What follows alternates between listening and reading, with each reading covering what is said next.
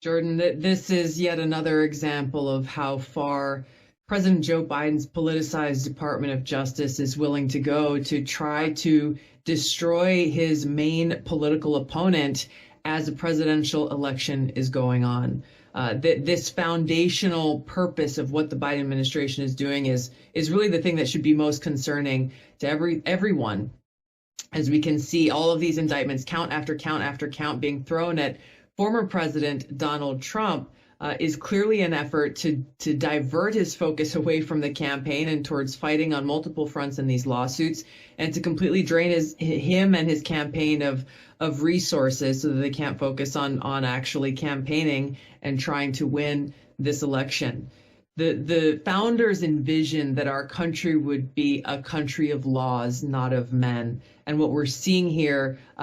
most concerning as it relates to the First Amendment, but you take all of these different attacks and indictments